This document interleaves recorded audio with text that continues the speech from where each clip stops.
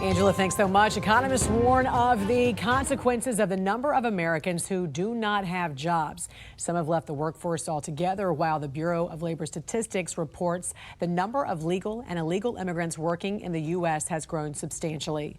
Former White House economic advisor Steve Moore joins us right now to discuss. Good morning to you, Steve. Great to see you. Hi. Good morning. Last year, the economy added about 3 million jobs, but almost all of the job growth has gone to immigrants, and there were 31 million immigrant workers as of March. Now, that constitutes nearly 20% of the U.S. labor force. What do you make of this? Well, this is one of the positive things about immigration, legal immigration, the fact that immigrants are much more likely to be working, and that's a good thing. We want people in the workforce. The problem isn't when immigrants come into the country and work. That's a positive thing. It's when immigrants come into the country and get welfare benefits. I've always believed, if people are going to come here, they should come here to get a job and to, contribute to our economy, which immigrants are doing. I don't know how we would fill so many of the jobs in this country if it weren't for the foreign workers. Now, again, Jen, I'm talking about legal immigration. We have a big problem with immigrants coming across the border. We don't know who they are. We don't know if they're criminals, drug runners, or they're bringing fentanyl with them. That's a disgrace. But the legal immigrants who come to this country, like my grandparents did to work, that's a positive thing. Yeah, but the Bureau of Labor Statistics does not determine whether they are legal or illegal. That's the problem here. Some economists also argue that illegal immigrants also drive down wages for Americans because of cheap labor. Also, it's interesting because we often hear talk about the GDP and whether the economy is growing. But what happens if the population grows faster than the economy, especially when you consider the millions of illegal immigrants who've entered the country in the past few years? Yeah, again, I just want to keep this focused on the illegal immigration problem, because when people come into the country legally, that's a really positive thing. For sure. And you're right, we're being overwhelmed with illegal immigration. And one of the things that frustrates me as an economist, Jan, is that it's poisoning the whole immigration system. People are not going to be accepting of legal immigrants if they think that people are just running across the border, coming in. As I said, we don't know if they have drugs. We don't know if they're terrorists. That is something that has really gotten out of control under Biden. We have 5 times more illegal immigrants coming into this country now than when Trump was president, because Joe Biden has basically just said we're going to have an open border, and they're not enforcing the immigration laws. And I want to talk about this sort of dichotomy between part-time jobs and full-time jobs, because part-time jobs have gone up 7.5%, full-time jobs down over 1% right now at this point. How does that affect the economy?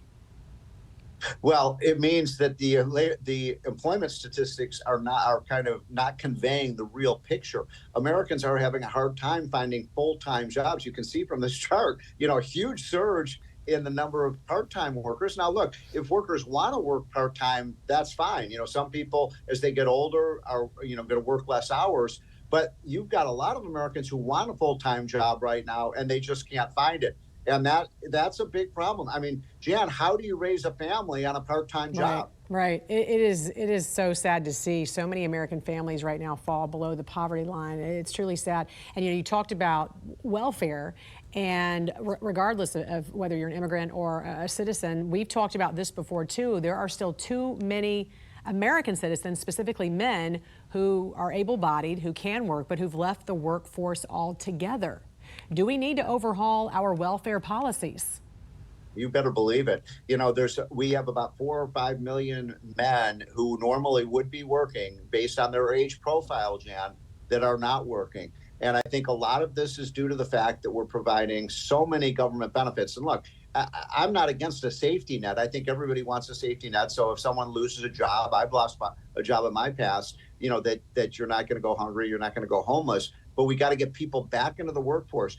And so the labor force participation rate for women is up, Jan, but it's way down for men. And we're all trying to figure out what's happening here. Why are the men not? What's the old, the new saying is men without work. And that's a real problem, that they're not in the workforce. And I think you've actually done some studies on this, right? To talk about how someone can afford, if they have a family of 4, how are they affording to survive if they're not bringing in any money?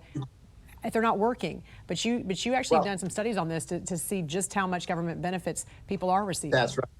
Yeah, so we found that a family of 4 with 2 unemployed parents that are not working, can get benefits of $75,000, $80,000 a year. And again, that's not a safety net. That's more like a hammock. I mean, come on. We've got to have welfare policies, like, for example, with food stamps and Medicaid and other programs. Yes, you can get those programs, but you have to, in my opinion, you should either be looking for work or in a job or in a training program. And we're not requiring that right now, Jana. So a lot of people are collecting the benefits and sitting home and watching TV. Yeah, and for some, why wouldn't they? Because they can't find a full-time job, like you said. Former White House economic advisor Steve Moore, great seeing you. Thanks for joining us this morning. Hope you have a great weekend. Yeah, take care. You too.